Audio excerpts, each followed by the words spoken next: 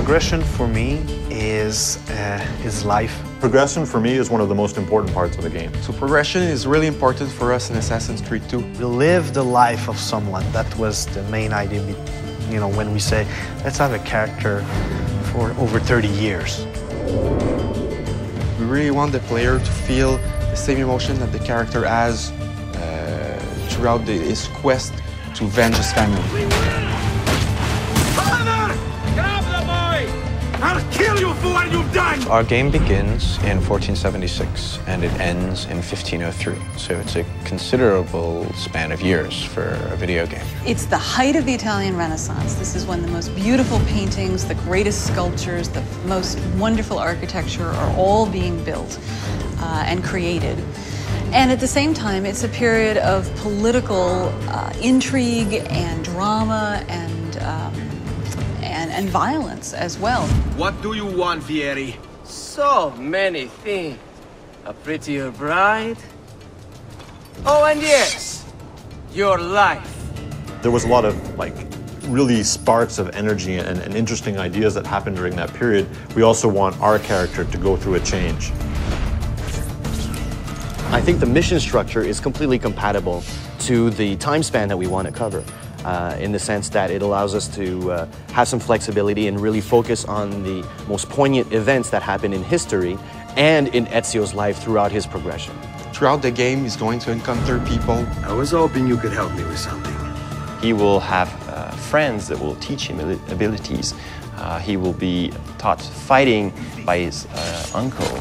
He will learn a few skills from the different groups of different factions in the crowd. I'm going to teach you how to survive. He'll also learn by himself a few tricks.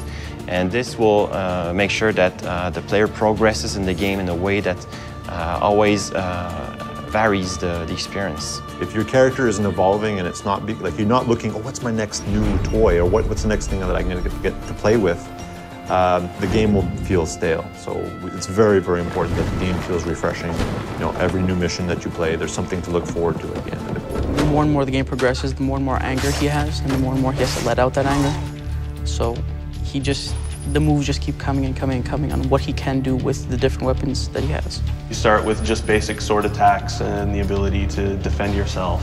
And then we introduce disarming and counter kills, and then from there it all opens up. The player will be requested to actually buy some of his gear. For example, we have the armors, which will give him more health points, hit points in general. He starts with various sets of armor, the first one being just leather armor, and then it moves throughout more metal armor, provides him more protection. In AC1, we just gave the player, without any choice, this is what you're going to learn next. Whereas in AC2, the player has much more choice. Since such a large part of Ezio's story is him, answering the question, who am I and what am I doing here and what's my purpose? You can't answer that question in a year or two. It takes the span of almost his entire life.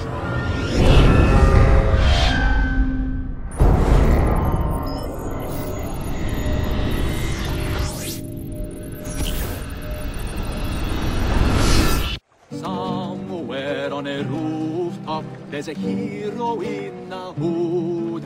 Fear him not, lest you who have sinned, for his cause is good.